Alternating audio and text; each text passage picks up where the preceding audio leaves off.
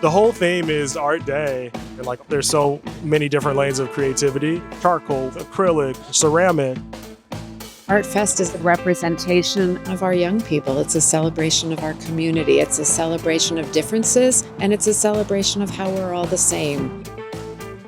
The Help Group is very personal to me. My grandson goes here, and I tell the people, the principal, the head of the board, every time I see them, how important this institution has been to me, of course, my grandson, but our entire family.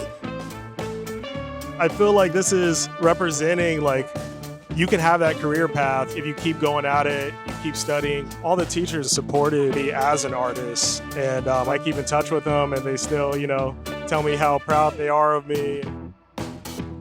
I love bringing my daughter to Help Group because it's really important to me that she's engaged in everything that she's doing, whether that is math or art or even PE or sports.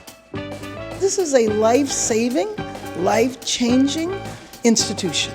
And to see the work that the students produce and whatever jewels that they have inside of them, the Help Group brings them out.